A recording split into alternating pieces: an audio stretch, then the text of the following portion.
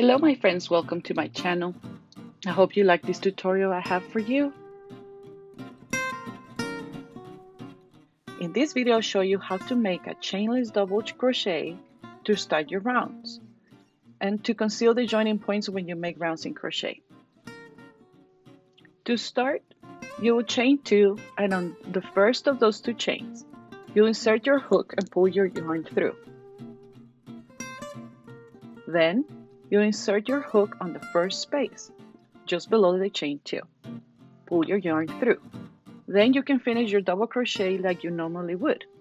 The very first chain on top of the initial 2 chains will be the joining point.